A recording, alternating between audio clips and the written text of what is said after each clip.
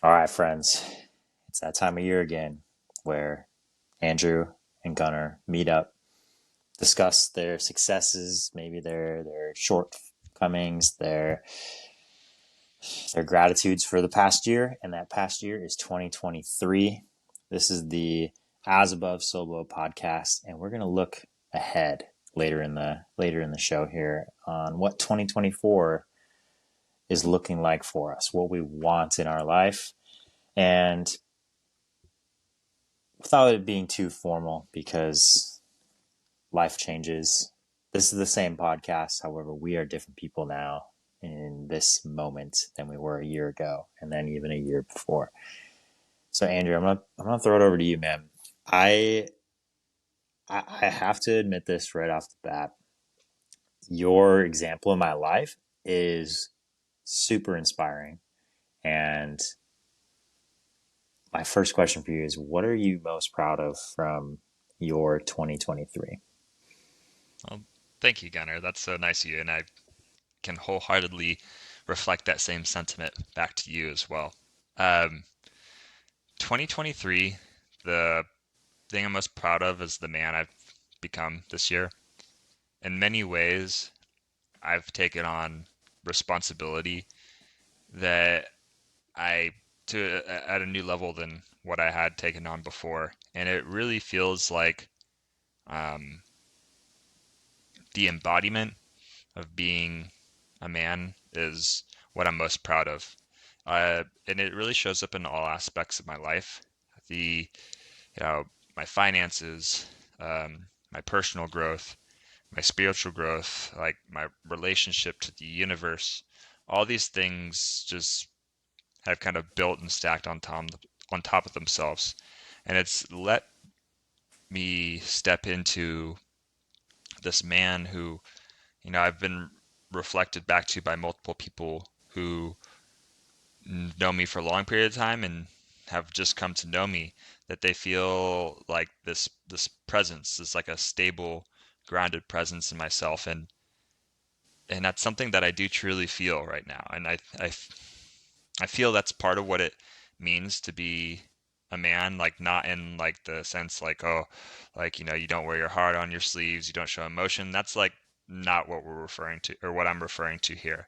What I'm referring to is what we've talked about in the past, like the king, magician, the warrior, the lover, like these masculine qualities that emanate from men who really lived that life. And um, in so many ways, like that embodiment is what I feel like most proud of. And in a way, it's come from a very like heart-centered approach. Just my theme for 2023 was presence, and what presence has allowed me to do is to really show up as this man who that I'm describing right now, and um, it's given me the confidence to step into more for 2024.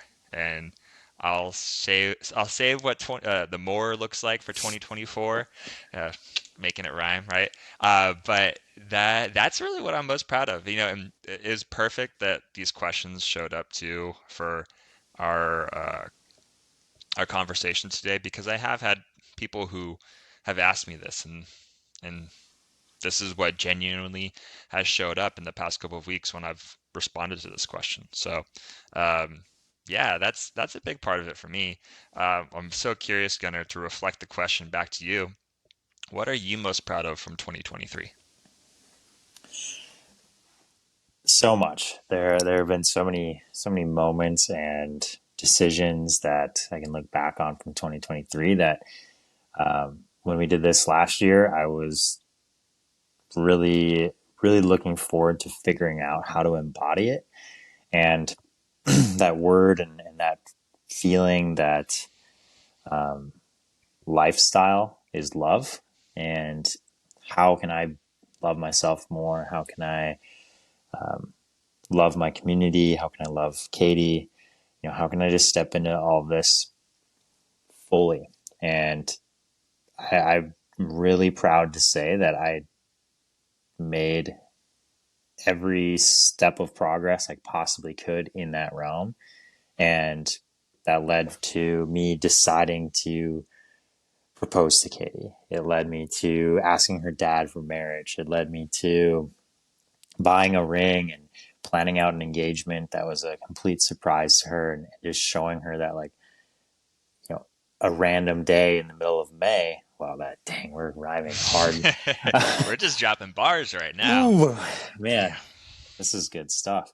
Uh, have that opportunity on just a random day to show her, like, love is always there, and it first had to start within me. And very similar to what you're saying, like being really proud of the man you've become. For me, it's very similar in that, like, I now know that I can trust myself and loving my partner, my wife, which that is the other steps, is like I committed to proposing, but I already had the wedding and date planned out. And that's something, um, I'm just now getting the reflection on. So many of the people ask me, like, you know, you did that. You had it planned. You had all this stuff before you proposed. I was like, yeah, there was no question that this was the right thing for me to go after. And from then on, it's just this commitment to being myself and honoring things that I enjoy, things that I want to have at my wedding, things that I want to support Katie on. And a lot of that had to come through this this feeling of pride, like, I can do these things. I am the person to do this. I'm the person to love myself. I'm the person to love Katie, um, to love my friends, to love my clients, my community. Like, all of that showed up just in abundance this year in 2023. So, oh, hot start there. That's so cool. 2023 was full of love, and I'm very proud of that. I love that. Oh, I loved it. I loved it. So much just love for everything, right? It just Ah, it it just to like clarify, we touched on it already, but like my presence for 2023 was or, the yeah. my theme for 2023 was presence, right? Your theme for 2023 was love, right? And um so like just so cool to hear how we set that intention out for ourselves at the beginning of 2023. We knew how we wanted to be. That's how we wanted to show up and embody that. And it's just so much gratitude right now to think back and reflect on how we created that.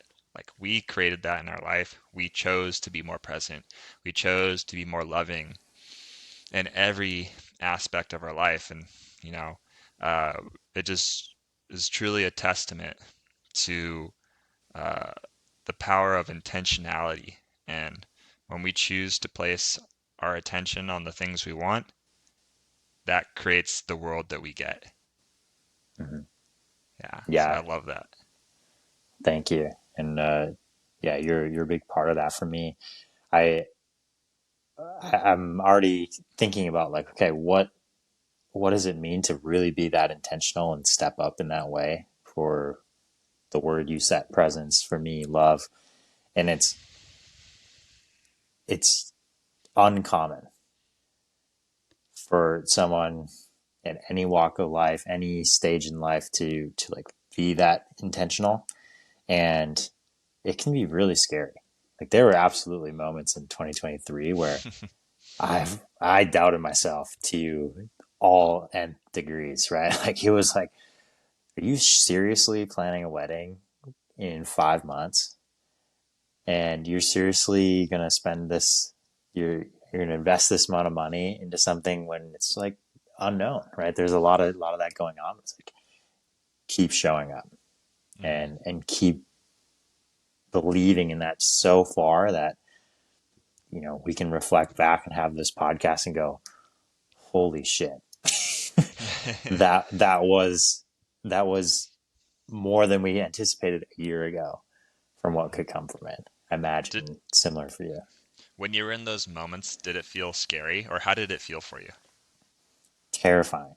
Terrifying. Um, the like I've performed and competed at the highest levels around the world in different moments. The most nervous I've been in maybe a decade was the 5 minutes, which felt like 7 hours before I asked Katie's dad if I could marry her. That Wow. permission, that was the tipping point for me of going all in. And yeah. Like I imagine like you and Katie had like, there was like conversation probably around it. So like I imagine asking her paled in comparison to asking your dad because that's like a third party outside of the two of you, right? And I mean, I know you guys have a good relationship, but it's like that's like, oh, it's a lot. Absolutely. Yeah, that's really well said. I haven't thought of it like that until right now of like, yeah, Katie and I had discussed this for years at this point. Like, what did we envision our wedding looking like? What did we envision the engagement time, like when we're fiancés, which was a really fun period of time to just call each other that for a few months. But yeah, that third party, it's like we can live in this little fantasy between the two of us and like, kind of, clouds, living in the clouds type of thing. And then it's like, as soon as I, had that opportunity to step up and ask, I was terrified.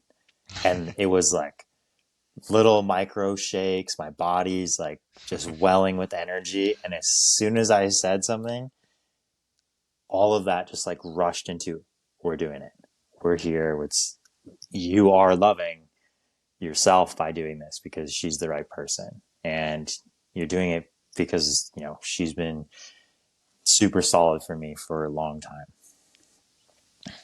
I'm just curious, like, what was when you asked, like, what was Katie's father's like immediate response? Was it like an immediate? I imagine it was an immediate yes, but I imagine that experience is seared into your mind.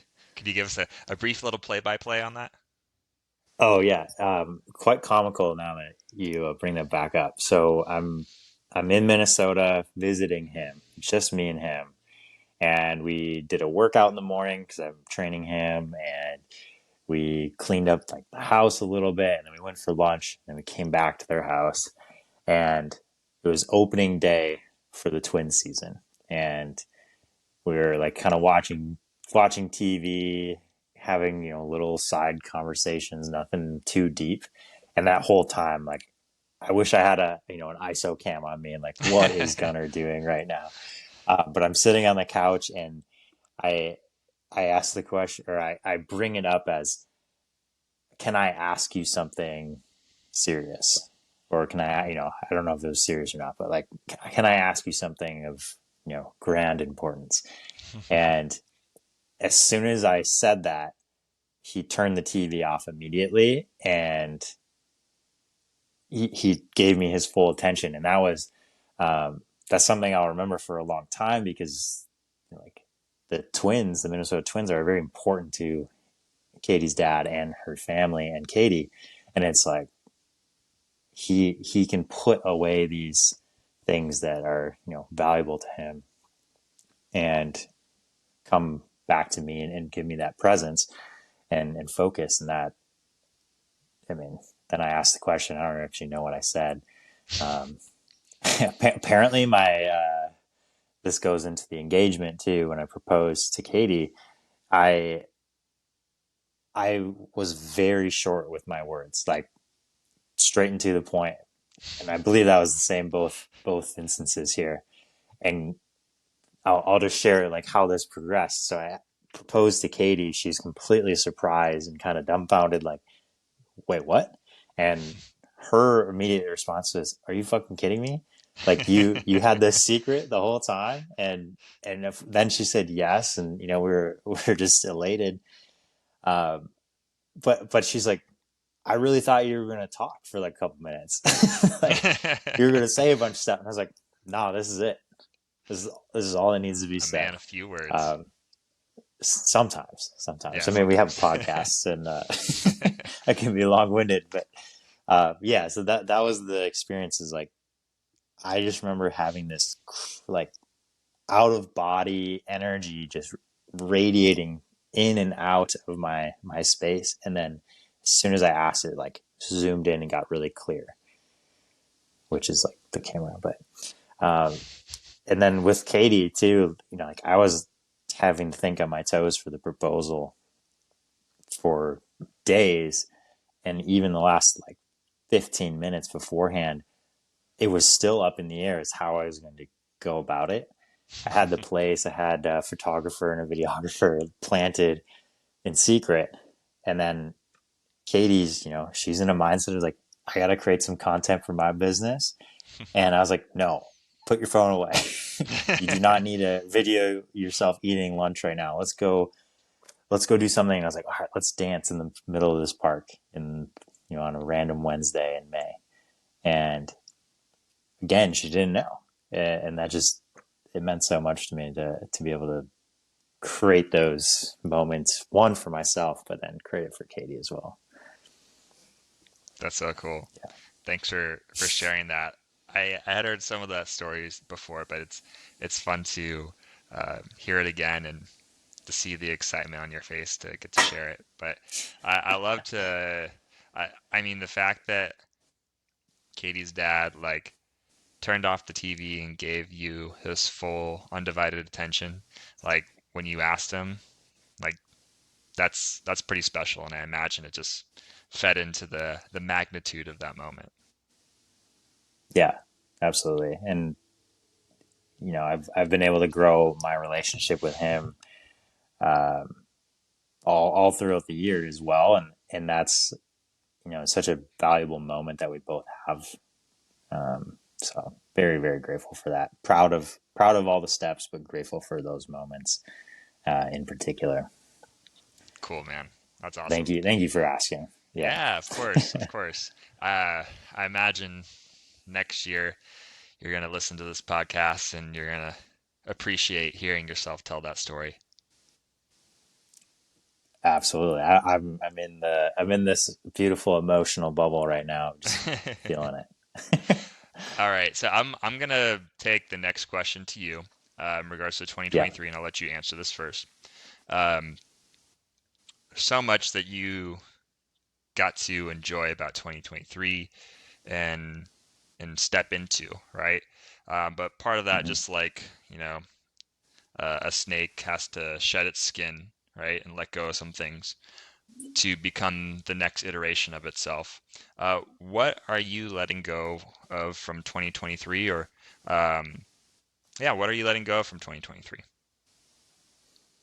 Yeah, and I when I was reflecting on this question before we got on here, I was like, okay, I have a couple things that I'm letting go of. And as soon as I wrote the first one down, I was like, that's it. That's the only one that really matters to me. So what I'm getting, what I'm letting go of, or um, moving on from, I think is another way too, is um, being in a different identity at the start of the year and being unknown in my identity of, okay, I'm a professional athlete. I'm treating myself like that. And when we were recording this last year, I really didn't know for certain where I wanted to put my energy personally. I knew where I wanted to go with my relationship. I knew this stuff. If I said it or not, that's okay. It's letting go of this identity that I'm only one thing. And in part with that, I am an athlete. However, I'm not just an athlete. And being able to remove myself or shed that skin is terrifying again in many ways. Um, but at the same time, it's been a constant um, reference for me throughout this whole year. So January last year, 2023, I didn't really know where I was going to exercise, compete, train at all in a year. And as soon as I made that decision, made that commitment, I was like, okay, I have to love myself for making this commitment and going through this shift. So letting go is this past identity. And the reflection is I was holding on to the opinion of a few others for my own self-worth in that identity. And I really cared about the words that other people had given me or, referenced for me. But I had the opportunity this year to really, really see those words as they only see me as this when I know deep down, I have this deep knowing that I am way more than they think I am. And that's something I'm really proud of. I'm really grateful for just the ability to reflect on it, but I'm letting go of those past identities so I can expand and be even greater than I've ever been. So if I can, I'll pause there if you have questions on it, but I do want to know what you're letting go of. Yeah, that's. I mean, it makes a lot of sense. Your past year and how you've transformed yourself, and yeah, I'm familiar with what your 2023 looked like as far as your identity. Like went from being this CrossFit athlete to like stepping away from that. Um, you are now a husband, right? There's a lot of things that have shifted in who you are and maybe how you identify yourself in relation to them. And um, yeah, I just appreciate hearing your thoughts. I guess no particular questions. Like that's your identity is you and yours and no one else's, right? And I just really appreciate your sharing of that. And kind of coming back to my letting go of 2023, there was like at first when you started to share, I started to laugh because this is not the first time that we've kind of had this ping pong of questions back and forth, and we have basically a very similar response to it. um, Yeah. the other reason why I laughed is because your little camera thing kept like panning in and out, and it was like at these very like pivotal moments of what you were saying, it was like kind of the slow zoom coming in, slow zoom going out, and Yeah. just couldn't help but notice the fact that maybe this like AI camera thing is not just about where you're positioned, but maybe it's listening to the words and the impact of what you're saying, and it's zooming in when it's impactful, it's zooming out when it's not. But no, okay. So Yeah. to share what I'm letting go of from 2023, it's an identity. It's it's more of like identity from a spiritual lens, though. Mhm. It's the identity that like I've held on to for the past 32 and a half years, my entire life. It's kind of it's more what I would refer to as the ego, the lower level self, and it's the part of me that drives me to act in self-interested ways. It's the part of me that acts out of fear, guilt, these lower level emotions um, that want to bring me back down to lower states of consciousness. And I acknowledge that's part of me that is always going to be there. We all have this as part of like this animalistic self, but really 2023, and I think it'll become more clear as I share about my projection for 2024, or my theme for 2024. But um, stepping into or letting go of that lower level self and stepping into a higher level self is a big part of my vision for 2024. And uh, it's really the parts of myself that keep me small, the parts of myself that limit me from what I believe is my true potential, um, what the things that limit me from acting out my purpose in this world. and yeah, like I said, keeping me small. So really, it's about building off of the theme of 2023 of presence, that I've been able to cultivate this this level of awareness and mindfulness that's got me to this point where I'm at now. And there was many moments in 2023 where I felt that lower level self show up and kind of drop me back down into states where I was not acting out of inspiration or these higher levels of being, but I was acting out of lower level states where it was scarcity, it was fear of loss. It was um, concerning myself with what other people think. And I imagine that's kind of what you said as well, just like having like a few people who, their perception of you is dictating how you live out in the world, like how you be. And, Hmm.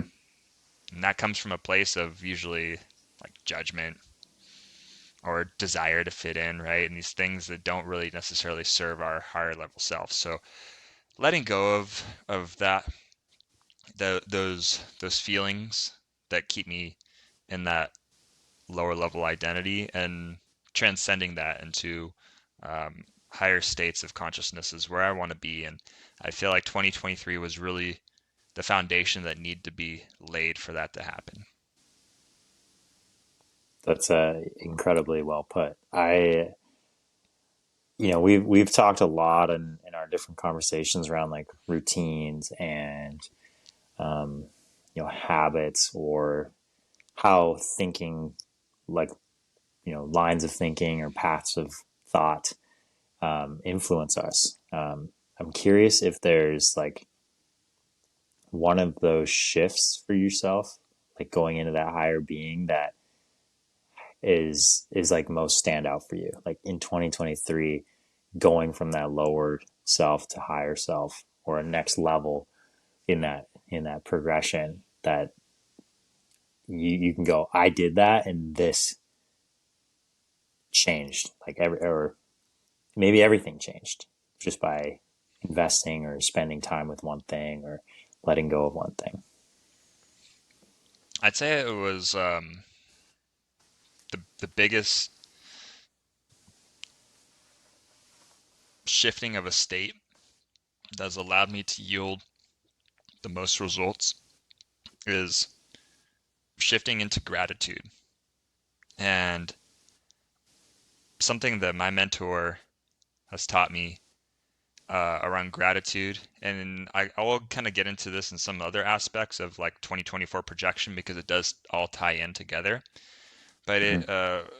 it's easy to say like you're grateful for something, right? Um, like, oh, I'm grateful for this person, like grateful for my mom, grateful for my dad, grateful for whoever, right? But there is a difference between just saying you're grateful for someone and like the feeling of gratitude, right? When you are just saying it, it's just a thought, and we know how fleeting thoughts can be, right? But when you feel gratitude and you start to feel it, you start to elevate up in terms of your consciousness. And that's part of the transcendence that I've experienced. And so when I, think back about 2023 and the periods of time where I've been the most consistent, the most dedicated, the most present, is when I bring myself back to the state of gratitude. Because it is just when you have gratitude and you truly feel the gratitude in yourself, and that was the key that I was missing, is the feeling of the gratitude. You start to put off this these vibrations, this frequency, this energy, whatever you want to call it, and you start to connect with what is truly possible. The the universe provides, and these concepts of like manifestation really come about when the feeling is embodied with it. And I've just found that gratitude is the core of that, right? And that's a big part of like my internal practice now. And I know you and Katie have the gratitude practice that I think it was like every Hmm. night you guys say three things you're grateful for. Like, but like Yes. Yeah. really like sitting with that in every moment of life and just having and feeling gratitude has been like the monumental shift for me. And to be honest, it hasn't really that's been something that's come up in the past like 2 to 3 months. Like that realization to be in the state of gratitude, and the more regularly I can be in state of gratitude, the better life gets, the more synchronous life becomes, the more opportunities are presented to yourself, the more of what you truly desire in creating starts to become true. Like it's it's an like addicting is not right, but it's an empowering feeling because you start to it's just for me it was like that switch that flipped and it's like, oh, like yeah, being present is one thing, but feeling gratitude in that state of presence is what then takes it to that next level. So, Yeah. yeah. That's so dope. I yeah, just listening through that and getting this um, reminder, which is that's an important word there, is like reminding it, putting it back in your mind, which is more than just your brain, right? Um, yeah, this feeling of elevating consciousness is a big part of my experience in 23 as well. And we talk about these big moments, or we were discussing getting, for me, being engaged and planning a wedding and having the wedding, and all of those things were like big key things. But there are moments during the year where I'll just share it. Like I got asked by one of my biggest role models and mentors to support him in a retreat, and it came out of the blue, but it didn't. It happened because I was practicing what you're saying, and I was um, you know learning how to feel gratitude 24 hours a day. And am I perfect? Absolutely not. Perfection is a negation, and that's a limit on our potential. So I don't want it to Perfection be is a perfect. negation. I've never heard that, but I like that. Ooh, that's been on several of my podcasts this year. Uh, But yeah, perfection is a negation, and for me, it's like I think about being asked to do this retreat in early October, and I had a week's notice. There was such a feeling of, okay, you've done everything you need to do to get to this point. So this is meant to happen. Now do everything to get there and make it happen. And there's like moments where I'm sitting on an airplane, or waiting, flying standby, where I'm just sitting there and going, I don't want to be anywhere else right now. I'm so grateful for this challenge, for this opportunity, and yeah, that I think that ties everything you're saying. Like, okay, what are you letting go of? But it's also, now, what is that? What is that momentum? How are we carrying that positive momentum into 24? Um, I feel complete with 23. How do you feel? I still got some. I still got some things on 2023. Dish it out. Take it, Yeah, bro. and Take it. I mean, in some ways, I feel like we've touched on this in some shape or form, um, but I do want to kind of go a little deeper. And I know there's one because I have about three more questions for you. I know there's one of them Deal. that is going to be a surprise that we didn't talk about ahead of time. But I do want to know, like, and I think we kind of talked about this a little bit, like just I because for me, there's something a little bit of like additional that I would add to this, but like is there like anything else like that you learned about yourself in 2023, or anything else that you would say that you noticed about yourself other than what we've already shared? Hmm. I mean, yeah, of course. There's within this like high frequency energy of love and gratitude, the most important thing for me, and I imagine this is more of a men's thing, like how can men thrive, is creating structure to thrive within. And I, when I let go of my identity of being an athlete, I had 40 hours a week freed up in like a day. And that threw me for a loop for about 6 weeks. This is before I had planned the wedding. This is before I had this other stuff. So I was doing those things to give myself a container to work within and explore that. So I learned, I relearned it. I learned in high school how productive I can be when I have a set mission with every day. So, if it's a class schedule, I'm really good. I can show up and I'm focused. When that's gone, oh man, my habits are trash. That's something that I'm not proud of. Well, it's like you're at, with school or say training, you have a structure that's outside of yourself, right? Hmm. That is keeping you structured, right? You have a team for training that you know you need to show up there and you're going to be there for X amount of hours to train, and you can build your life around that. Or you have a school like class schedule that you know that you're going to have laid out for you, and you build your life around that, right? But and then this is something I've experienced working for myself, is like when there is no external structure there, like you have to create that structure for yourself. You have to find ways to anchor it. And I mean, I know it's easy to attach a morning routine, say, to an external structure, but when you have to create a morning routine for yourself and there's like no other structure to create it around outside of what you want, it's empowering because there's a lot of freedom around that. But then you have to tap into that masculinity inside of yourself um, to stay true to it, because it's easy to, you know, go smell the daisies per se, and like get caught in that, not even get caught, and it's important to balance between the two, but like to fall into more of this feminine free flowing state, just life just happens, right? But when you have a focus, you have an intention, there's things that you want to accomplish, you have to have that structure to facilitate you getting there. Hmm.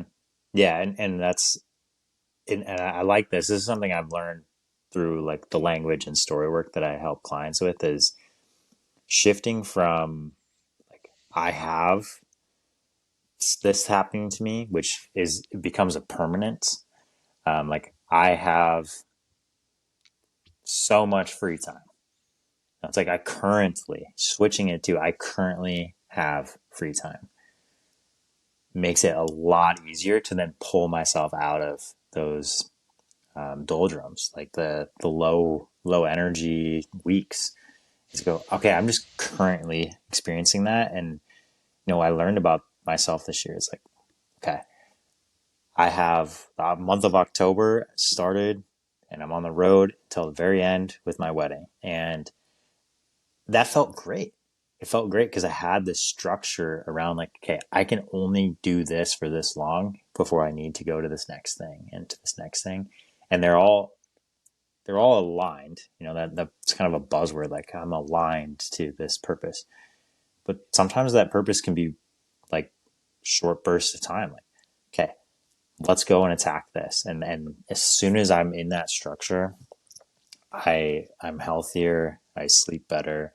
I spend better quality time with Katie, and I reach out to more friends because all of those thoughts are happening when I don't have a structure. The action comes from doing something and first off putting my schedule together. Yeah. So that's definitely something I learned about myself. Still learning how to best do that. And this is kind of a weird time of the year, right? With holidays and Katie and I just took a road trip, and I move client calls, so they're all on one day, and I coach for 8 hours on one day, and then the next day I have nothing. And what do I do? Nothing, because I didn't schedule myself. I didn't create that structure for me to go be productive or like lean into these new things that I want to be pursuing. Yeah. hmm Yeah, and I mean, So even for that. like to play devil's advocate here too, it's like we need structure, right? But then we also need some free flow time. You it's the harmonious like flow of these two states of being, right? Mhm. If the pendulum swings too far into structure and masculinity, we want to swing back to the other side and just be in free flow all the time. Whereas there's that middle ground, right? And it's like, how do we toe that? We notice like, okay, we need more masculinity, we need more structure, we need more flow, we need more femininity, kind of alternating between the two. And I know the key to that is awareness, but also respecting seasonality too. And we've talked about this in the Mhm. past. And this was something that I had to give myself some grace on because I started the month of December wanting to put out a lot of content onto my social media page. Came in hot, structured, posting regularly. The week of Christmas, nothing. Last week, nothing. And the way I've been feeling has been different the past 2 weeks. And I respect that and honor that. But in recognition of the fact that I've been out of structure, tomorrow I made the intention to get back on it. And it's in that process of realizing it, being aware of where you're at and knowing when it's time to shift gears. Okay, been a little flowy. I've been a little bit more open with my time, my space. I have goals, I have intentions. Time to switch back into a little more structure in my life, and that's that's the that's the dance. It's a Mhm. dance. Yeah. So I can understand it. Yeah. So true. hmm In that sense, that giving yourself grace, is that the thing you learned about yourself That or is one learned thing for I've learned about yourself? myself. Um, the big thing that I've learned about myself in 2023 is that I can handle a lot more than I think I can. Like I have a much greater capacity to accomplish than I give myself credit for. And someone new in my life recently asked me this question, like, what did you learn about yourself in 2023? And I had to sit on that. And then I realized, like, because it was close to the beginning of 2024, I'm starting to like create an intention for what it is that I want to be doing in 2024 and like some of the big goals that I have for myself. And I remember looking back because I have like quarterly, like kind of 90-day action oriented goals. That facilitate my big vision for the year. And I was like looking back at this list, it's like bam, bam, bam, bam, bam, bam, one thing after the next, after the next, after the next, after the next, just checked off. And I'm like, and I saw the results from the year, and they exceeded what I wanted. And I was like, wow, like although in the moment sometimes it can feel a little overwhelming, like I have so much shit to do right now. There's so much that needs to be done. Like you kind of like lose the sight of the Hmm. forest for the trees, right? Because you're just in the thick of it. But then when you get the opportunity to step back and zoom out and then like appreciate what you've done, you realize, wow, like I have a pretty big capacity um, for work, for accomplishing stuff. And it's something that I would say like it's more, I think it was inherently there, but it's more so I'm like realizing like the potential of it, right? Like, Yeah. oh wow, like when I actually see the results, it tells me that I actually can do a lot. Like there's a lot that I can do. And I mean that's more of like the masculine Andrew, like the Hmm. appreciating. Go getter, get shit done. Yeah. Yeah, yeah. And it's like so, it's part of my personality where I put a list of things together and I go do them. But it hasn't been into this past year that I've kind of reflected, or not reflected, but um, collected the things that I've accomplished and just had this big list that I stack up every quarter or so, that I realized I was like, whoa, like I did a lot this year. Yeah, and so I'm really like glad that I had that, because it's going to fuel me in those moments where it's like I feel overwhelmed. And at one point, one of my mantras was this year is like, I put one foot in front of the next. Just like I just keep taking steps, just keep putting one foot in front of the next. And it's Hmm. I guess it just, I feel appreciative to look back and see that I actually embodied that mantra, even though I may have not been consciously aware of it until recently. So that was one thing that I learned about myself. And just in tangent with what 2023 was, is I also learned that I have a capacity for presence, and that presence um, was more of a challenge to be consistent with this past year, although it has been more consistent than it has ever been this past year. Hmm. Um, I showed to myself that I have the ability to be present on a regular basis, and yeah, and that just shows up in like my being, my everyday being. When I have that, when that presence is there, like I kind of like I mentioned earlier, there's just like life. There's like just Hmm. synchronicities, opportunities, things just come to you, and it's not a struggle. It's a flow, and so it's like this. Right. That's kind of more of like the feminine side of thing. It's like this dichotomy of like doing and having Hmm. capacity for doing, coupled with this being. And when you just continue to be the thing, the Hmm. opportunities just continue to present themselves, and then allows you for more capacity. And it's just like this symbiotic like relationship between the two. Like this motion that I'm making Yeah. with my hands right here, it's like a figure eight, just kind of flowing, right? It's like one's not Infinite. like, yeah, and yeah, I'm gonna that's go to the deep. bathroom. I'll be right back. Okay. Uh, uh,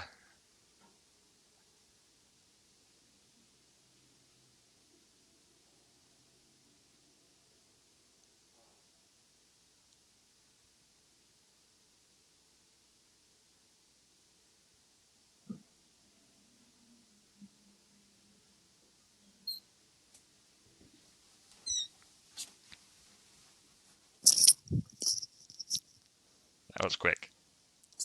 Excuse Yeah, me. but Yeah, that's what happens when you prepare with some tea. But yeah, it's this infinite flow of being more allows you to do more, yeah, yeah, exactly. So which I actually have right on this page. If you be more, that you do. overflows into doing more Ooh, and overflows into having more. that's cool. Yeah, Be do that's the have. law of attraction. I love the be do have. That's I think that's some Joe Dispenza stuff right there. I mean, law of attraction. I think Joe Dispenza It's hits on it too. definitely talked about in there, which my Yeah, iPad is sitting on top of his book. So nice, nice. Yeah, it's something that in terms of being, that I want to recognize myself for this year. And one of my mantras was around like generosity, right, and being more generous in my life and embodying that, and and and part of my abundance practice, right? And one of the things that I have been most generous with this year, because it has been one of the most impactful um, items in my life, is giving people a copy of Joe Dispenza's book, How to Break the Habit of Being Yourself. I think I gave away five or six people just that copy of the book. So I was just talking about it, and whether it was I had the physical copy in my hand right then and there, or I just sent them the book to their house.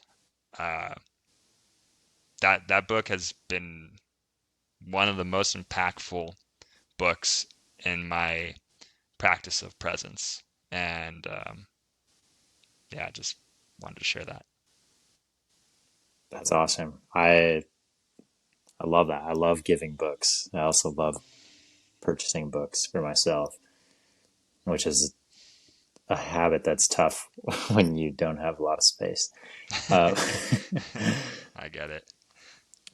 yeah, I have Mm. the emotional space and capacity, but my room is full The of physical books. space is literally it's filled up. Filled. Well, Yeah, I have two more questions, but the let's hear one that them. was a surprise just it just has to be asked right now because it's just so um, in alignment with this conversation. What books did you read this past year that resonated with you the most? Fuck, that's a big question. Well, this I'm just gonna show them. It's bad radio, but good for TV. This is one that made a big From the impact core. on me. From the Core, John Wineland. I read that one in January How did that and book February impact you? last year. Um, Part of my coaching is progressing towards helping men, and this book is a really um, poignant look into how men show up in the world and how to show up with a clear masculine and a clear feminine essence for a man. So for me, this book taught some different breathing practices, but with the intentionality of the breathing practices.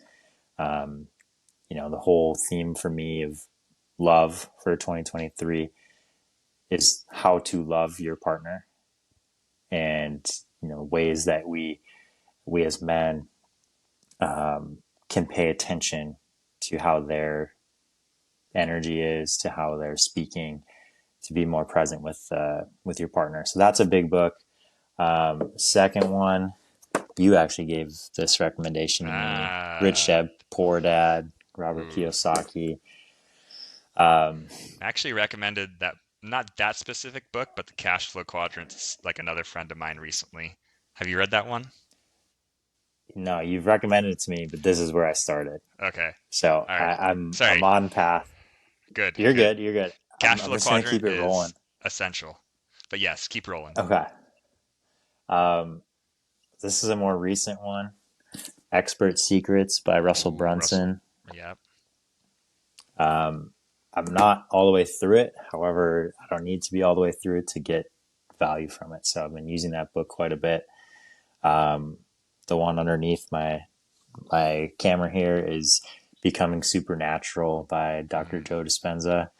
Again, really, really in depth on the breathing practices, but using breathing as the channel for energy and elevating our energy. So, as we've talked about a little bit, like the consciousness aspect of life, and we, whether we're conscious or unconscious of our thoughts and our practices, really dictates the expression of life that we know and understand. So that's a powerful book if you're looking to just get some solid examples of what it means to change your life through your thoughts and through your breath.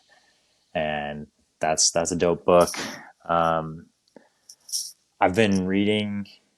I'll just show this one because I read it every year.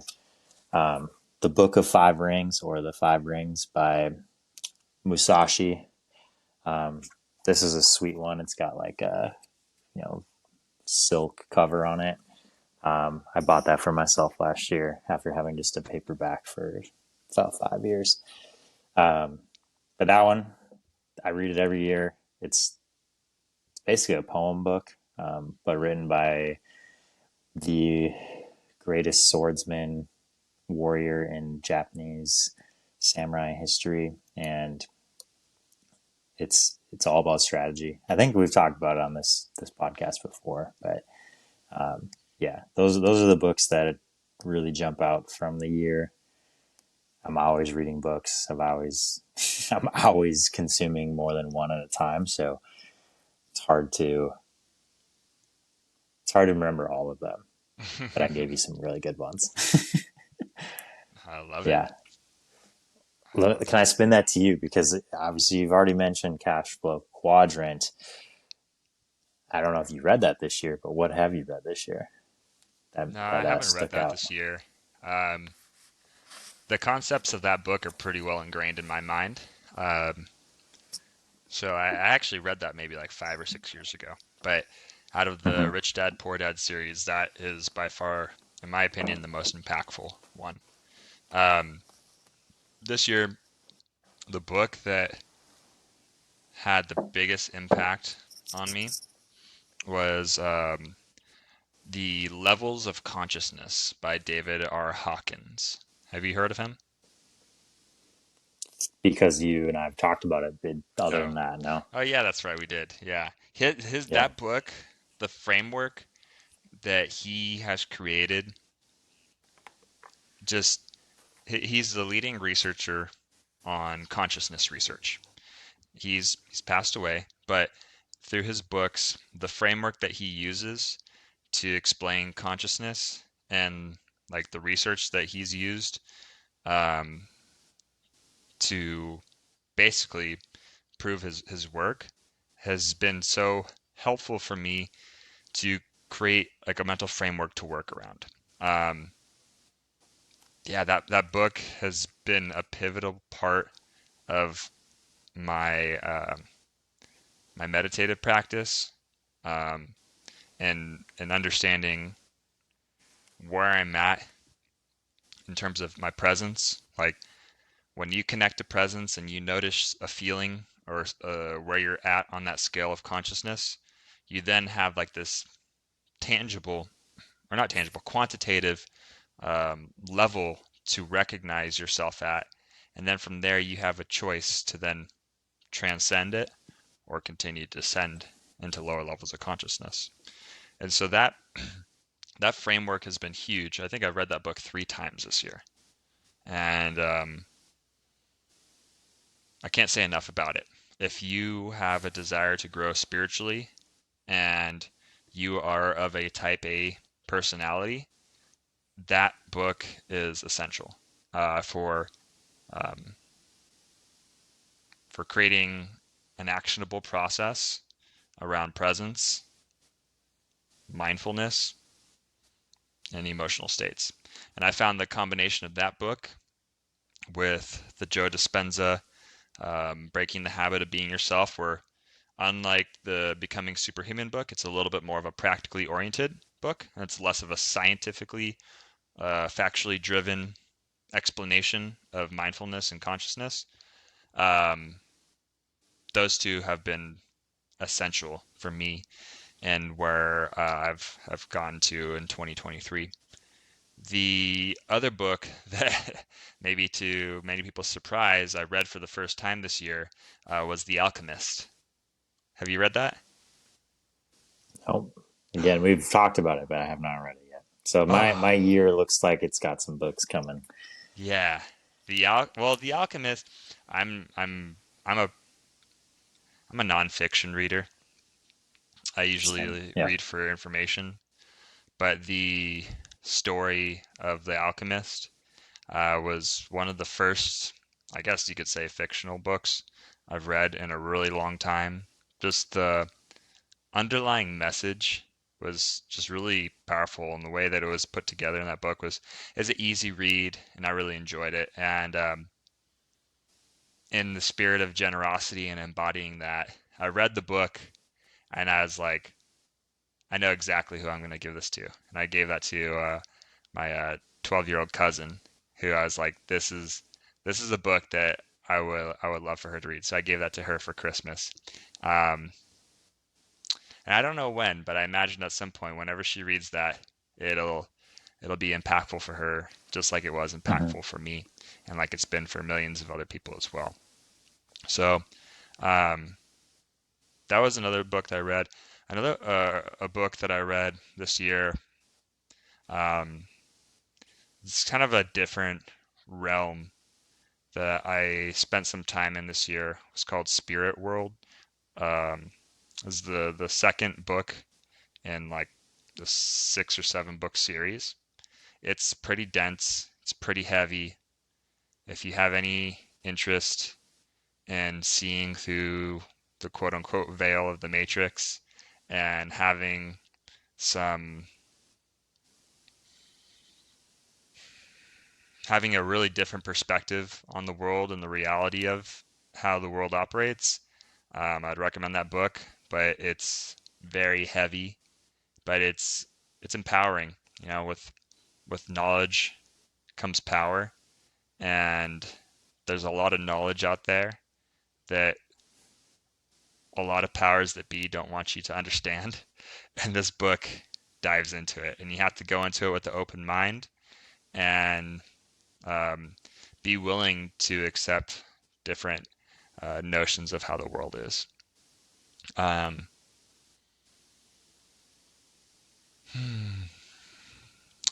I'd have to look back at my stack of books to see other ones that I've read, but off the top Yeah, of my head, those are the three that are most that come to mind. I've also reread quite a few books this year as well. I think I touched on that in last year's podcast, but rereading books is a big one for me.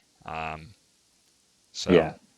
yeah, those are by far I the books from find 2023. Yeah, go ahead. sweet. I find that notion, everything you just mentioned right there, like every time you reread a book, it's a different experience because you're different. You are different, and that's why we're doing this podcast, right? We're ultimately trying to encapsulate who we are in this moment, January 5th, 2024, right? We're we are here right now and being present with it. In a year from now and 2 years from now, we can look back and go, "Oh my God!" Like maybe that's the right phrase in there, but like, what is this? What is this?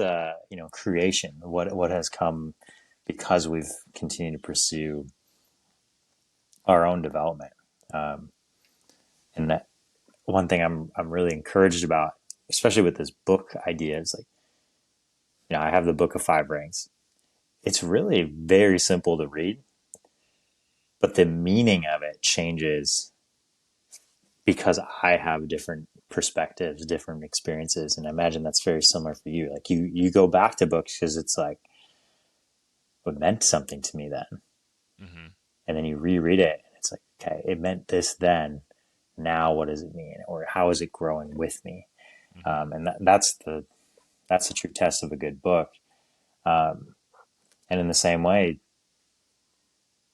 if you continue to commit to something yourself, commit to your own growth in the spiritual world, the emotional world, the financial, whatever it is, any of those spaces, physical world, performance world, there will be something different when you come back and reassess or evaluate. And I think that's something I'm really excited about for everything that happened in 23 for me. Like, I'll look at it in 2 years, I'll look at it in 3 years, and then we'll check in on 24 and be like, hell yeah, we were doing it. We don't know where the path really leads, but we're on the path. Yeah, For sure. I needed this conversation. Yeah, yeah. And just like something that came to mind as you were talking there, and in doing these podcasts where we're reviewing our year and we're looking forward to the next year, um, when I go back and I listen to these, like, man, it just inspires that gratitude and to to create this right now. I know this conversation is going to be a source of gratitude next year and the following year and the year after that. Mm-hmm. And I'm appreciative of it. Likewise, brother. Hmm. Yeah, I do have one more question about 2023, but I will hit respect. me with it. Are you good with time I'm wise? good, man. Okay. All right. This is all I have. Okay. Me too. Me too. I I know how our conversations go, so I would open up the entire afternoon for us to go deep. Um, what were some of the biggest challenges that you had to overcome in 2023? I've already alluded to one of them, and I want to go for the opportunity to go deeper on it. I want to get really specific on it. Is I had a coach, someone that I really admired um, for a long time from afar, and then I had the opportunity to work with them up close. And this does go back to the end of 22, but it didn't. The effects didn't really happen until 23, and I was told some things by this person I really respected, um, and wanted to have their respect in return. Like I wanted to do things to a standard that would be recognized. And I saw this, this other person in my life, this coach, um, at one time pulling that for me forward, pulling it forward with me in mind. And then it stopped. And I got this reflection given to me. And um, I was told that my intentions or my priorities, that was actually the word that was used, my priorities were not in alignment to become what he thought was my greatest expression of self. And that was in reference to what I put into my training, what I put into competing and preparing my body, my mind, my spirit to go into literal or figurative battle against myself on a competition floor. And I got this reflection, and it really like screwed me up. It's like, oh, if I not been good this whole time and you waited to tell me after the fact? And so I went through this whole spiral of feeling some guilt that I should have asked earlier. What am I doing right, or what do I need to be this version of myself? Because I respected them, and I got this feedback, and I went into different levels of like grief, like, oh, like, why did I have this goal to begin with? And clearly this person didn't ever think I could get there. So why even bother? I went through that, a little bit of grief on that. And then I went through this like FU stage of like, you don't know who I am. You don't know what I'm capable of. Like, I'm going to prove you wrong. And that led me to like kind of jump back into this. I need to be competing. I need to be training hard. I need to all these things all showed up. But it wasn't until I gave myself some space to really sit with it and go, they don't know who I am. And that that coach, I don't need to have their opinion dictate what I do, how I act, because that's always going to be in my control. Right? I don't need to be salty towards CrossFit or competing in CrossFit because of one person. I gave a decade of my life to exploring the edges of my potential there. And I can confidently look back and say, I did everything that I could in my power with the knowledge that I had. And it turned out that I still love it. I really do still love the art of training in CrossFit. I still love the people that I've met. Letting go of that person's singular opinion or judgment of, the limited amount of time I spent with them. That was a really big challenge for me to overcome. And as soon as I made that shift and literally like created space for me to think about it, but created space from them, that's a challenging thing too, especially like living in the same area, you're gonna run into those people, and then switching it to the gratitude that I have for what they did provide me, and continually choosing to look at any of interactions in the future in that light. So the challenge was like bitterness, it was grief, it was um, lack of self belief, lack of confidence because of someone else that I admired and looked up to, and then removing myself. So that took a lot of internal work, and again, it comes back to the first question. I'm really proud of giving myself the time to work through that for me, not for anyone else, not for them. They don't even know, right? They don't even know the effort and the time, the focus, and that's okay. Those are the challenges that I'm really proud of, and those are the challenges that I'm also helping people with in their lives as a coach. Like, I'm showing up because I've been through this shit. I've been through these challenges. How am I thinking differently now? How am I acting differently now that those challenges aren't going to come up again? And how can I lead other people through that? So that's a really big challenge. And honestly, it have that one example, and there are more just like that have come up throughout my entire life, but even more like, if I want to be more, right? This buckets idea of having, if I'm going to be more and serve from that overflow, I will be able to do more. It can't be the other way around. I can't just be like, I'm going to, prove this person wrong and not become better, right?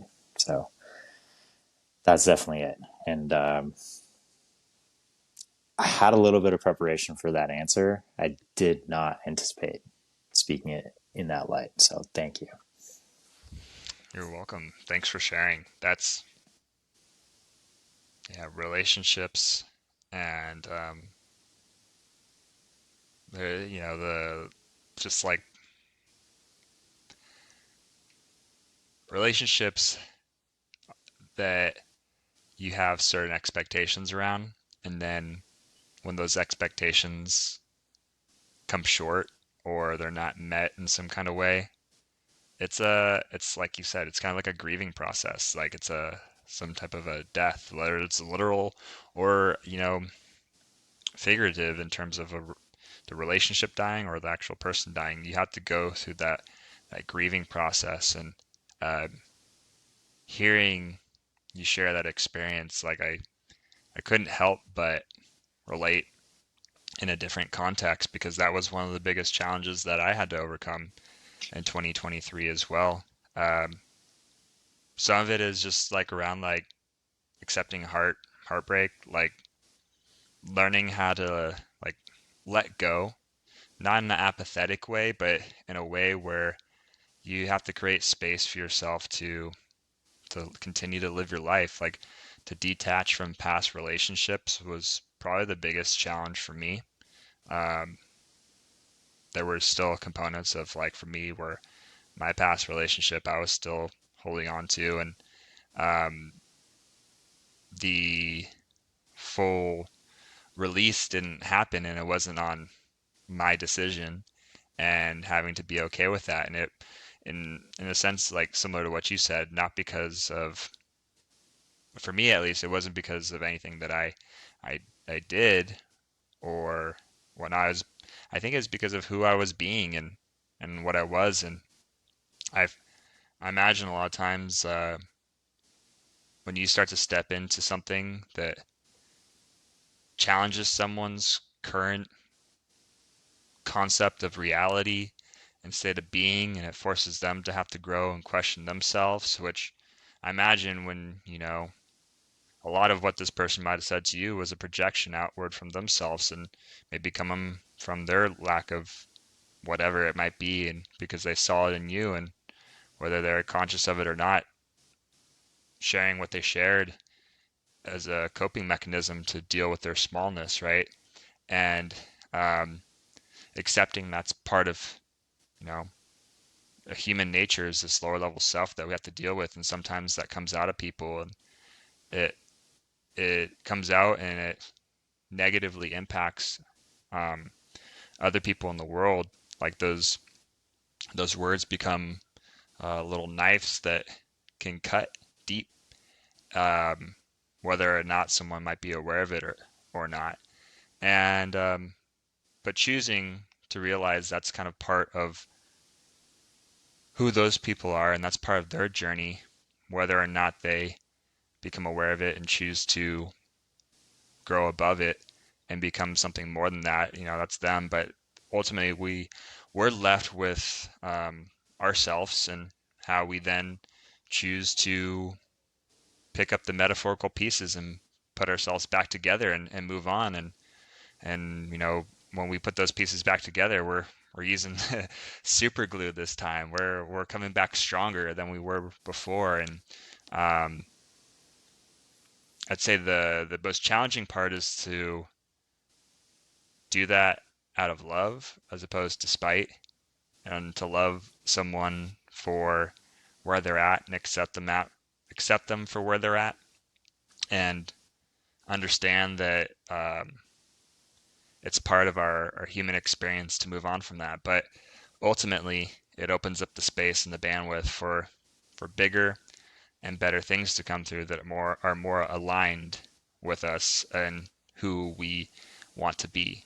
And I couldn't help but feel a lot of overlap in my challenge from 2023 with yours, and how it relates to past relationships and moving on from that. But the further you distance yourself from that immediate experience, like the more you can reflect back on it and take away positives from it and appreciate it for what it was. And man, I can't remember where I heard this, but more in the relationship context of like partners,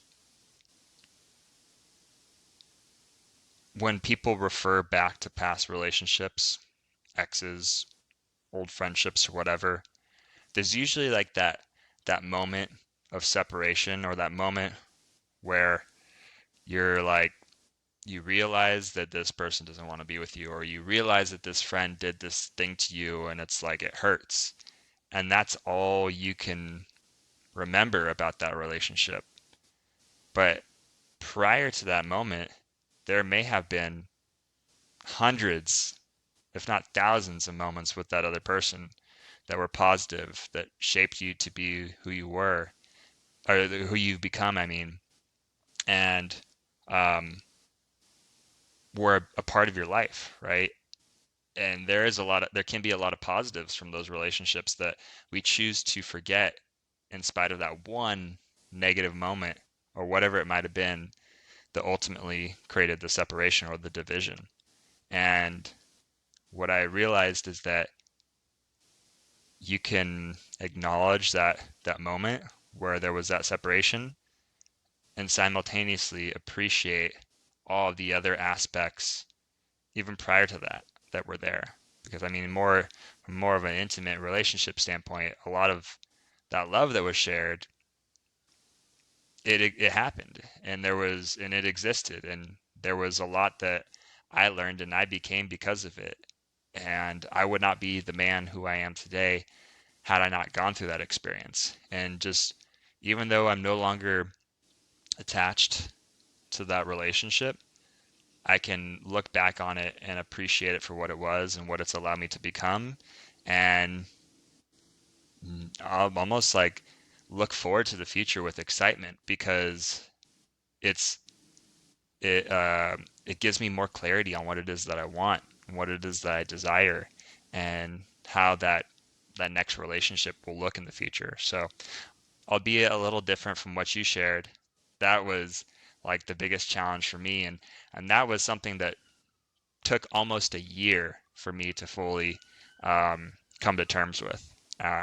But you know, sometimes you can't speed up a process. You just got to let it see it through, and whenever it's time to transcend, you transcend, and you step into that next phase. So yeah. Hmm.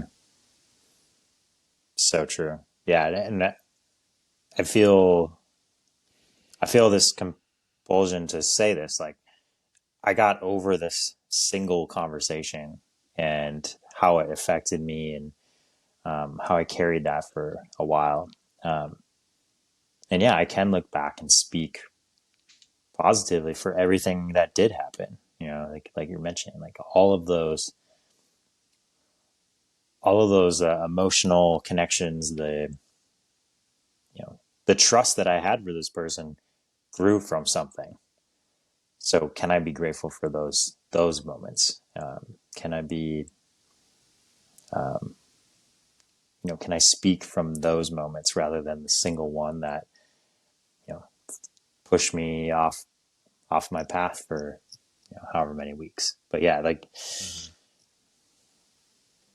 yeah, some of those biggest challenges to overcome deserve the time, right? If we're just like, nah, it's done, it's over with. Oftentimes they come back even bigger and scarier, and you know, because we forgot You, you haven't how much learned it the affected lesson. us. You haven't learned the lesson Yeah. if it comes back again, right? Hmm. Right. Yeah. Yeah. I hope for anyone going through some challenge right now that you can learn the lesson and be with it and be present. I'm really fortunate to coach a lot of individuals, and I have plans for our calls and our time together, and sometimes we talk about one single thing that happened in their week, completely unrelated to what I had planned, but it's in that space, it's in that time that we can see it for what it is, see the whole picture, gain new perspective, look at it from different ways, and that, like, you have to do that to move on. Some things take weeks and months and years. Some things take 5 seconds just by paying attention to your breath, right? And that's the beauty of life, is we don't have an exact answer of how everything's going to go.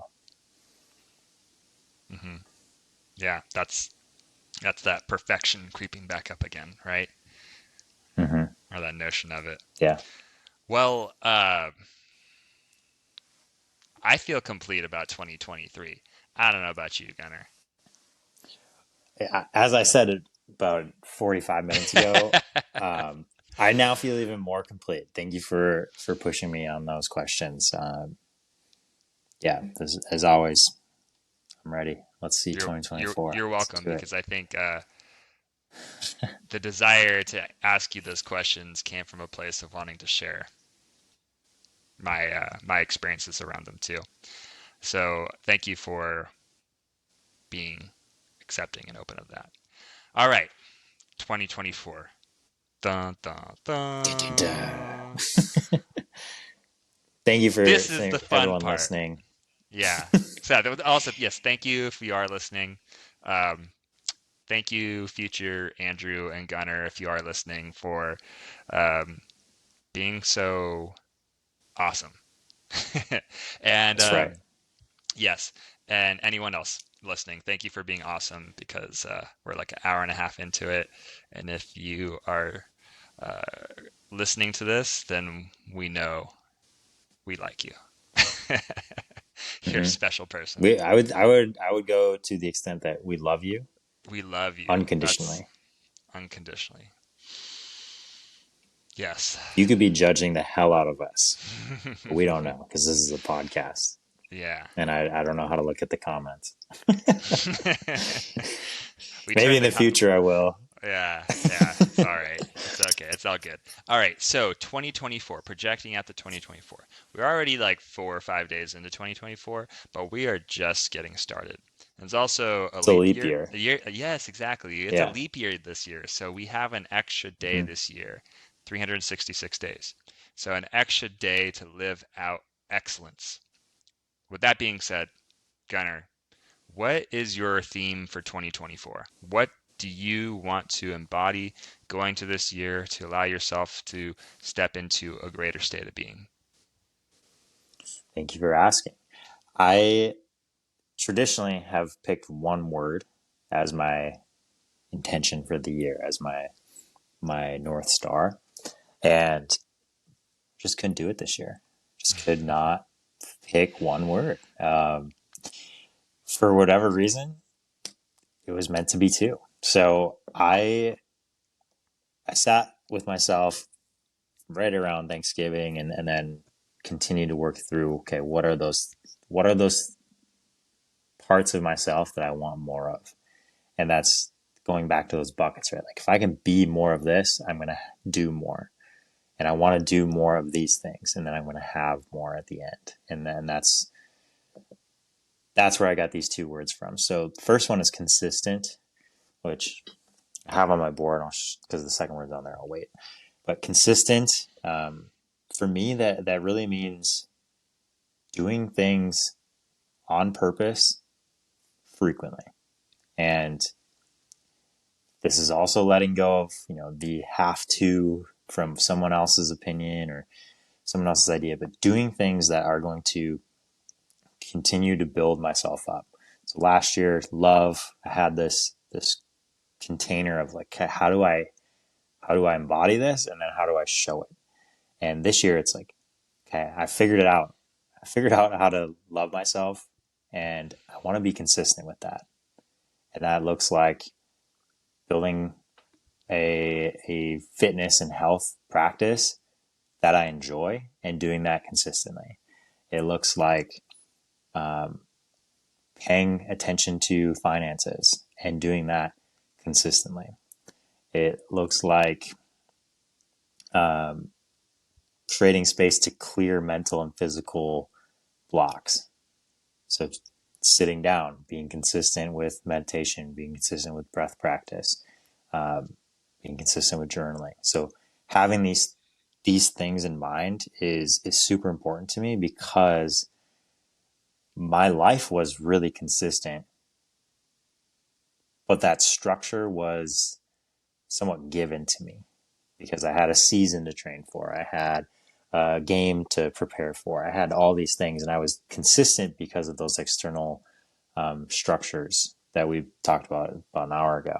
And now it's, okay, I'm going to be consistent for me, and that is the most valuable thing I can do. The second piece of my 2024 is abundance. And now I can show my sign that I made last night. Okay, consistent abundance. And for me, abundance is again, a continuation of the last 2 years for me. Presence was 2022, 23 was love. And it's, okay, how can I show an abundance of my presence? How can I show an abundance of my love in all situations, and exploring what that means? A little camera work there. And I, you know, I look to you as a really important example in my life, as someone who, cleaned out a lot of distractions in the last year and a half, 2 years, and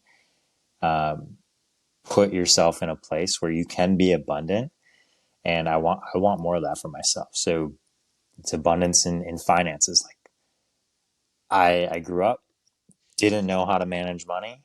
I didn't understand how much my spending habits were not consistent with the lifestyle that I want to live now. And I'm getting clear on that. So that abundance is letting go of things that are unnecessary and going fully in and trusting that the things that are necessary, things that are valuable to me, will be returned because I'm putting that focus and energy towards it. So consistent and abundance are everything for 2024 in my life.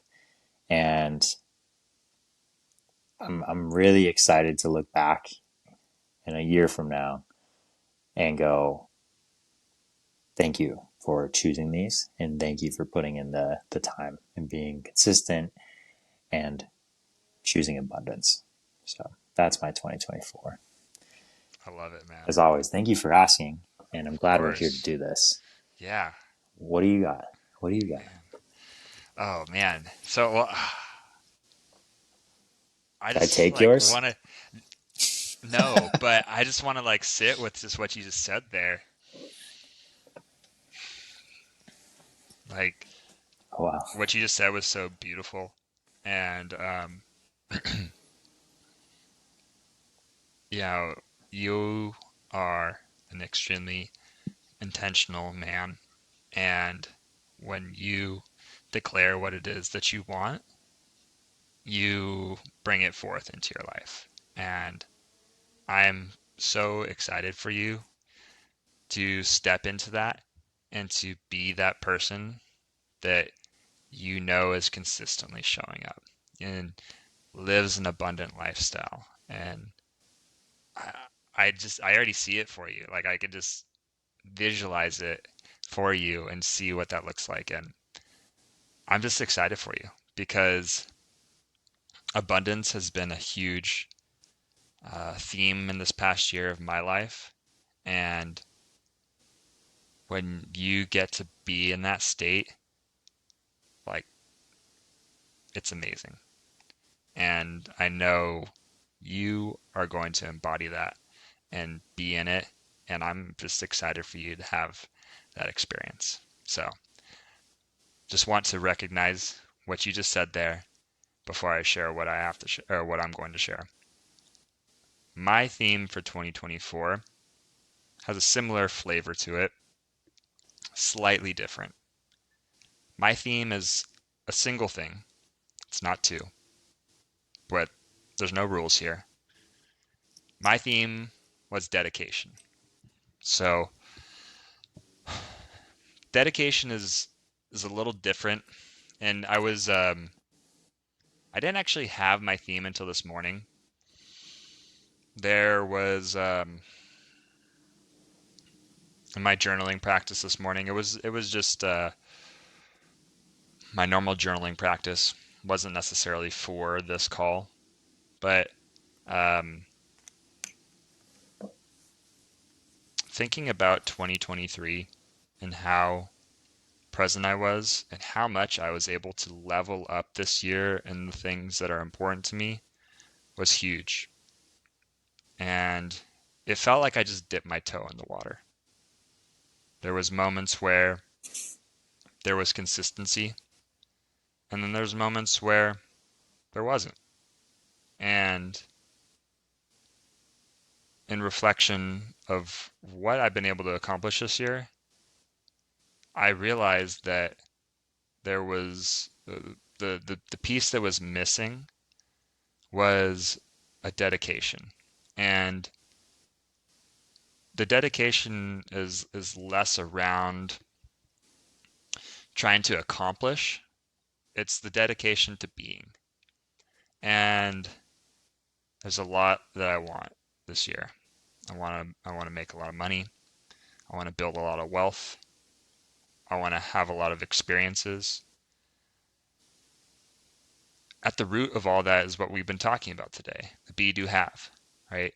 And I want to dedicate myself to being the best self that I can be. And when I say best self, I want to dedicate myself to being the highest level state of consciousness that I can be day in and day out. And I'm going to dedicate myself to my inner practices.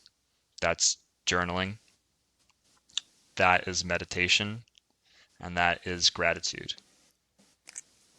And those three components these three ingredients are essential in the recipe of living a beautiful life and manifesting the life that I want to live.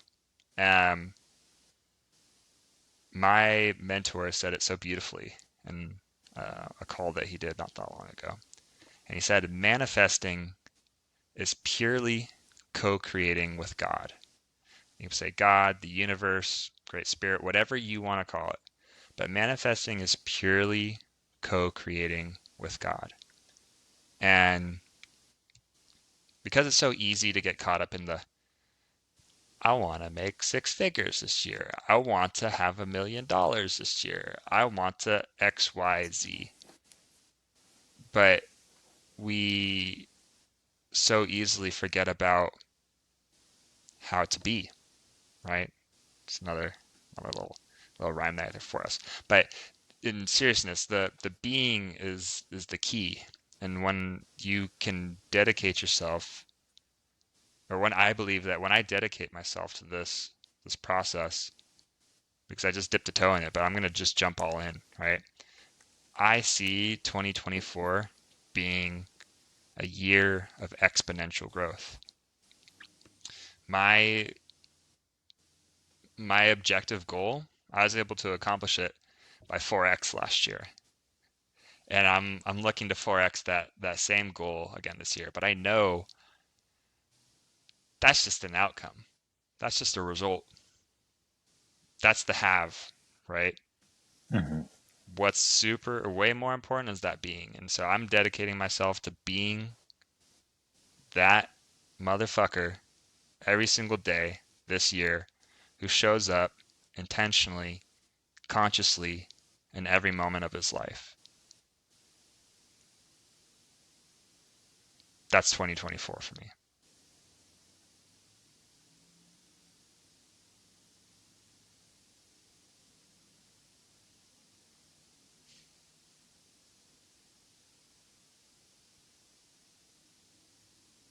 You there?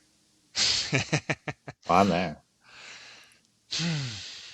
So in the same way you gave me some space after speaking. Just wanted to let that sink in.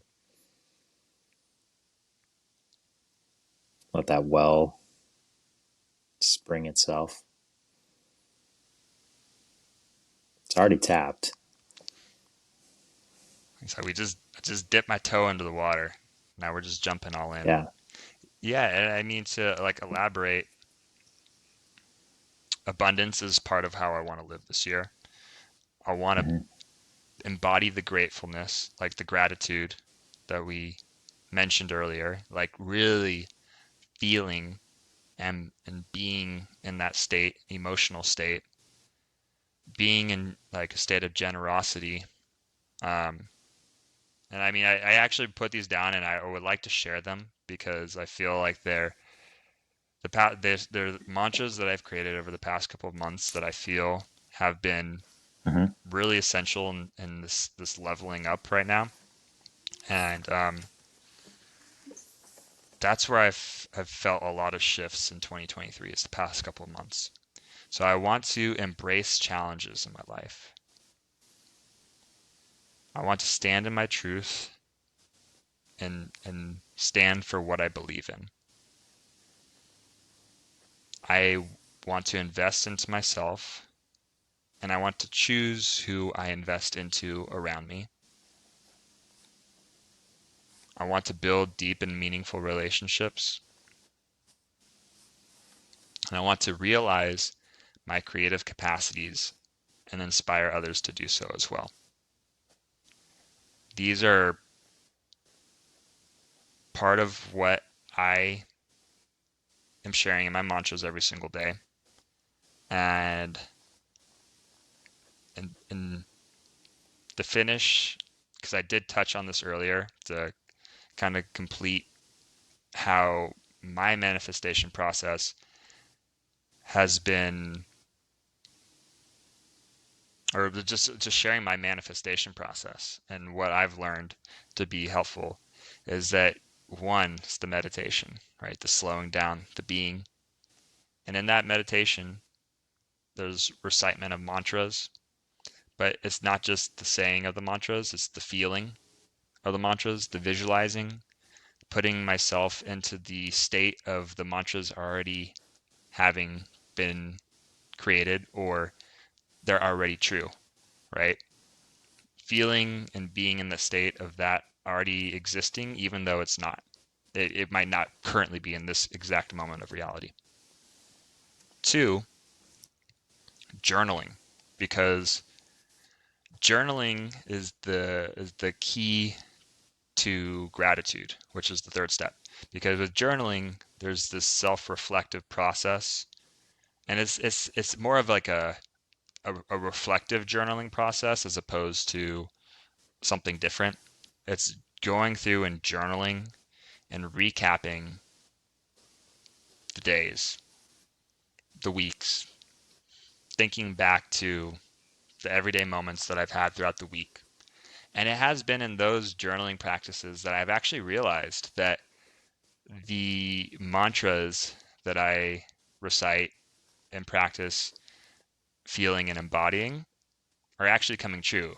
It's like the subconscious mind that is starting to operate where it's just a tinge out of my conscious awareness, but they're starting to happen. But when I look back and I reflect on it, it's like, oh, like this person said this to me about myself. I didn't realize it in the moment, but when I think back and reflect on what they just shared with me, that's exactly the the person who I want to be. I am being this person right now, right? And you start to become even more conscious and aware of that person that you're becoming, right? And then when you write that down and you realize that and you're reflecting on it, just then being with that gratitude, you're like, oh, feeling that gratitude about the person you're becoming and how your life is shifting and how the manifestation with God is happening right then and there in that moment. And that's the third part is that gratitude, and that gratitude can be part of that journaling practice as well. But the extra thing that I've been doing with my gratitude practice that brings me back to presence as well is just like literally just every time I sit down to eat, just remembering to give thanks. I grew up in a religious family, and I always like looked at prayer as a requirement, like something I had to do, right? And it became like more like this chore, right? This thing Yeah, that check the box. yeah, and it was something that I just wanted to eat, right? Hmm. Whereas I've come to realize, and because the this prayer practice has become consistent over the past couple of months, is that it's an opportunity to reflect gratitude. And it's like an opportunity to sit with that gratitude and be in that and appreciate it because we all got to eat. We eat typically, what, 3 times a day? If Hmm. you, and it's like a simple habit pairing for more of the type A personality, you just hack, your habits that you already have and you just attach on something beautiful like that. But then it constantly brings you back. It's like that trigger that brings you back to that gratitude, right? And it's like, wow. Although when I was younger and I just saw it as the chore, I didn't realize what gratitude really was. I didn't realize that prayer was an opportunity to practice gratitude, and I didn't realize like how that could change my life. But I've realized that when I slow down and I appreciate everything. It doesn't even have to be the food that I'm eating, just everything and anything. And then I take a few breaths and I be in that. It's the thing that closes the loop between the meditation and the journaling and the gratitude. And it brings it back forth. And it's like this virtuous cycle that just keeps elevating you. It's like the birds when they hit that hot pocket of air and they're going up, they're going a little higher. It's kind of like going a little bit higher because that pocket of air is pushing them up. They're circling, right? And so every time you go through that circle, you elevate a little bit more and a little bit more, a little bit more, and the next thing you know, you're up in the clouds.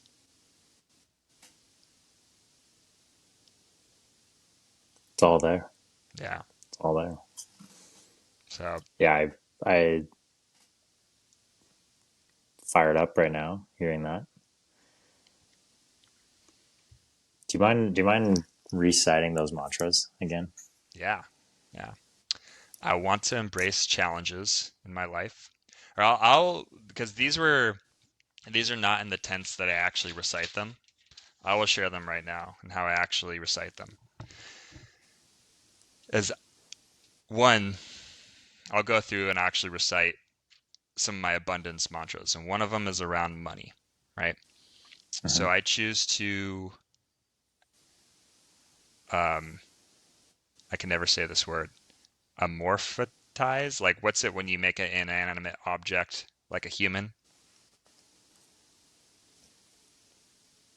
Oh man, yeah, I was thinking of something else. I was thinking of amortization, which is the change between eccentric and concentric, but that's not it. Could be.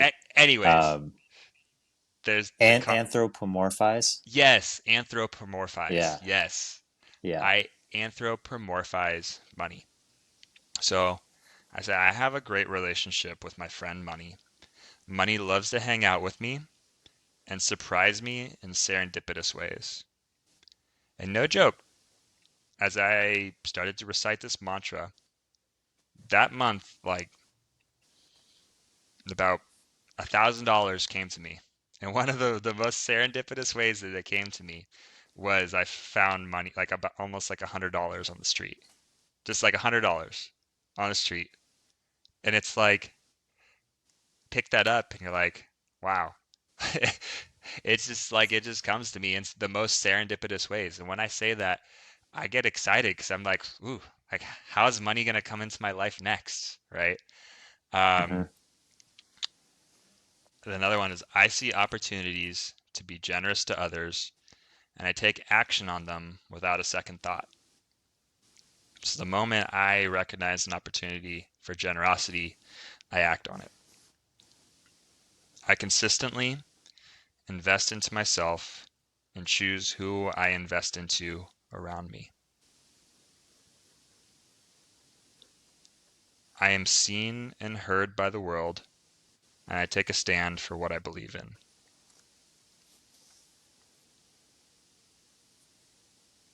I model and inspire others to live into their creative capacities.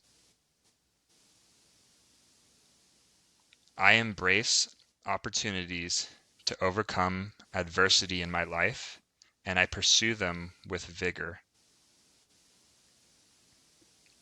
And I have deep and meaningful relationships with my future partner, my family, and close friends.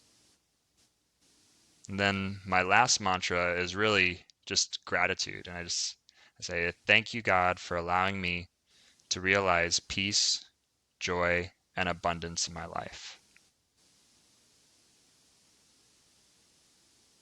And so those are like the core mantras outside of some specific quantitative wealth and income specific mantras that I Hmm. have for myself. Because I believe those to be important as well. If there's like a certain amount of money you want to make or a certain amount of wealth that you want to have, you need to recite that and be about that every single day Hmm. if it's that important to you.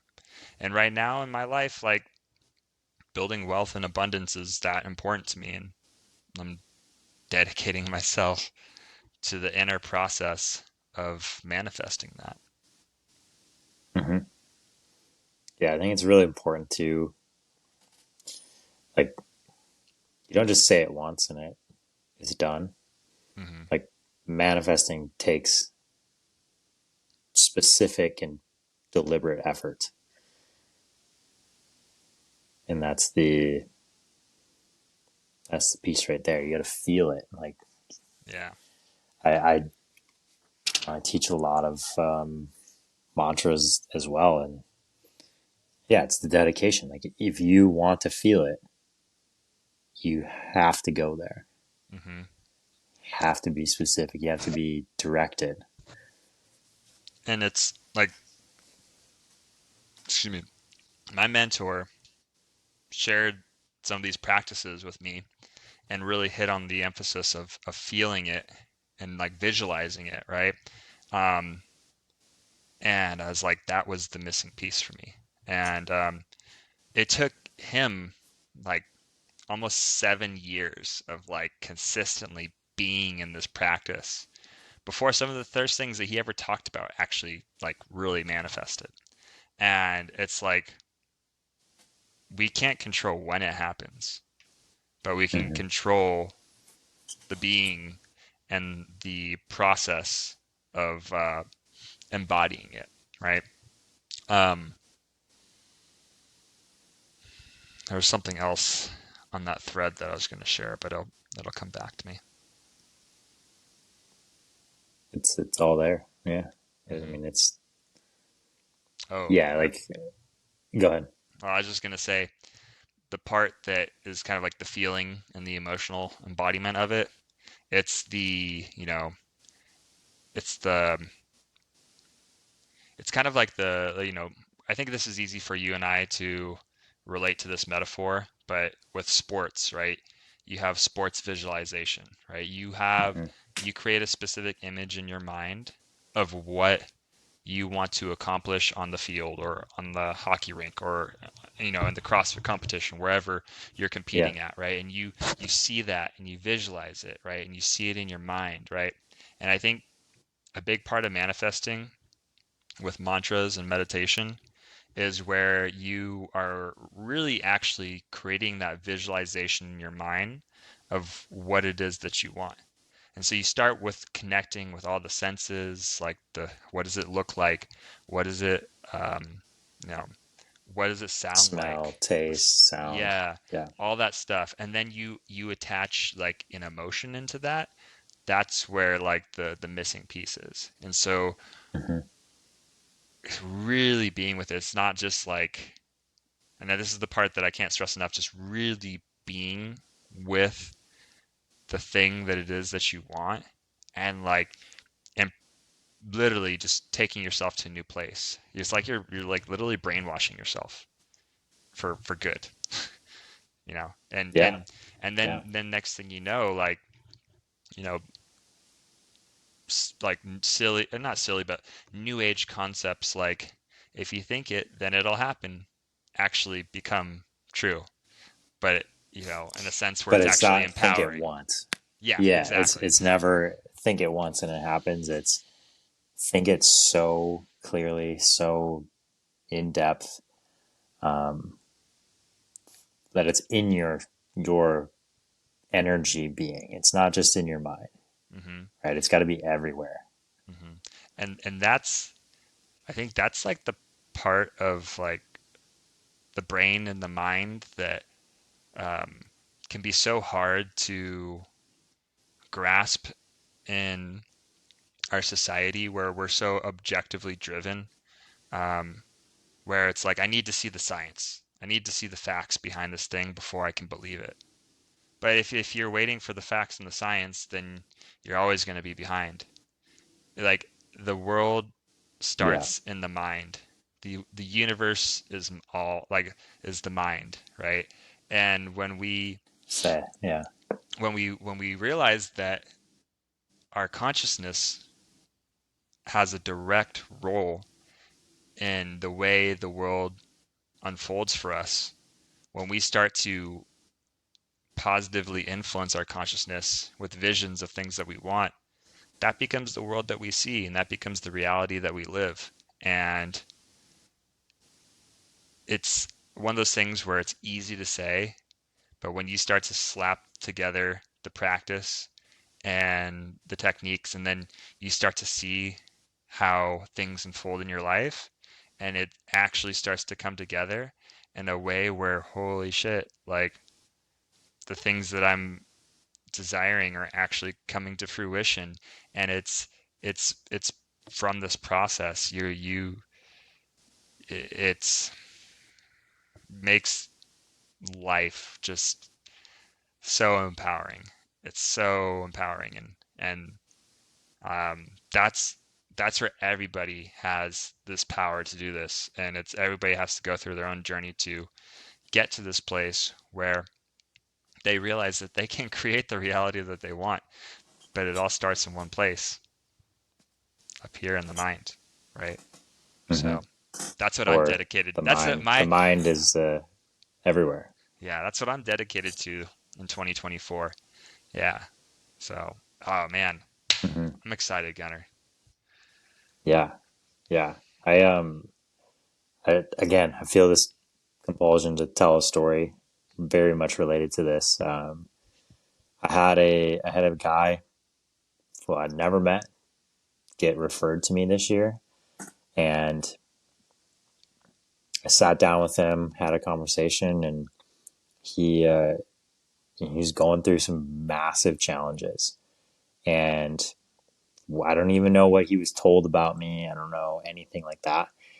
This this guy, he's like, you were referred to me as someone who makes changes and is consistent making Mm, changes. And that was his view of me. So I was like, okay, that's important. So, I go through all the normal questions and intake, like, is this a good fit? Like, are you willing to go there? And there's a desperation out there for people wanting to make changes. They don't know how. And I think that's why you and I are having this conversation, is to bring it into some level of consciousness. And then, the more that we are consistent, the more that we're dedicated, the more that we choose abundance, we can help more people. mm, Like, for me, like, these words are fully rooted in service. And will it benefit me? Yes, because I'm going to have incredible relationships. And to go back to that specific story, I offered this guy like the biggest package that I've ever offered to a person. And it wasn't that he was fully bought in, like, because of me. It was because he was desperate for change. And the things that he and I have accomplished as a, coaching dynamic since, are things that take people decades, and we're 6 months in. mm, He is completely unrecognizable to his self a year ago. And this the magnitude of our conversation, recording this today and going through and reflecting and projecting out. Like, I I am recognizable to myself a year ago, but only in the memory. Like, it only exists in the mind. Like, I can't really look around and be like, that's exactly the same, or I'm in the exact same position, because it's impossible. Like, that is the impossibility, is that we're always going to be the same. We have these practices, we have these intentions, and the consistency, the dedication, again, the journaling, the meditation, gratitude, linking it all together, service, putting it in a direction for us. And there's literally no end to what's possible. It will not be perfect, and it will likely be when we least expect it. Thanks for So, sharing that story. It's it's you're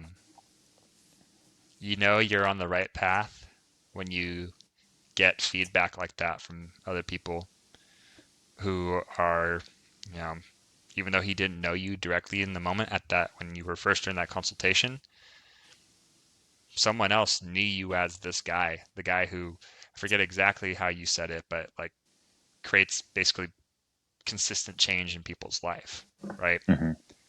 And yeah, those are just those little moments. I know you've worked so hard and you have been so dedicated to your process to becoming this person.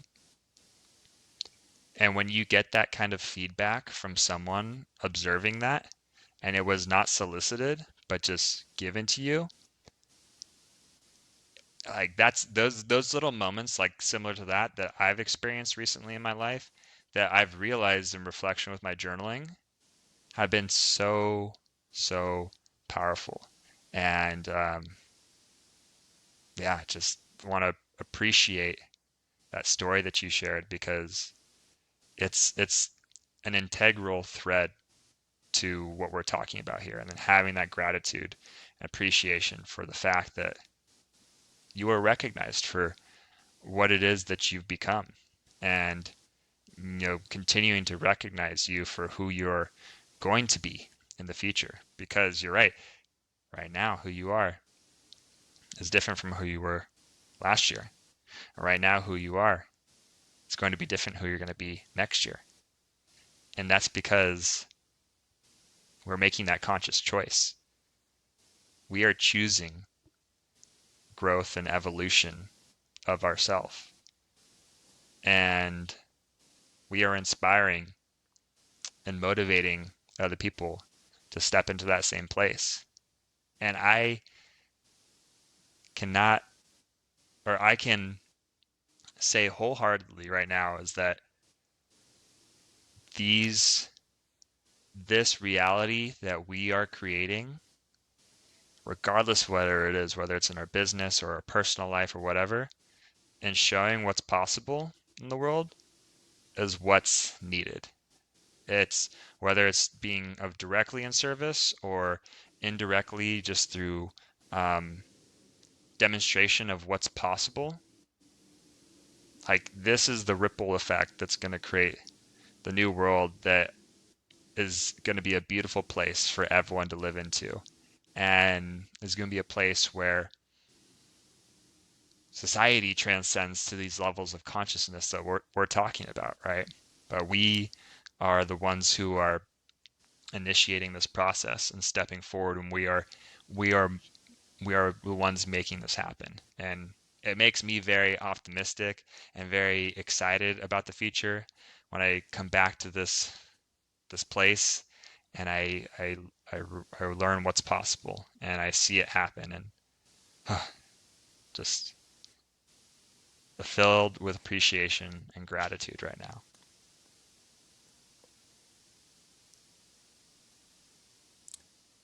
Same here.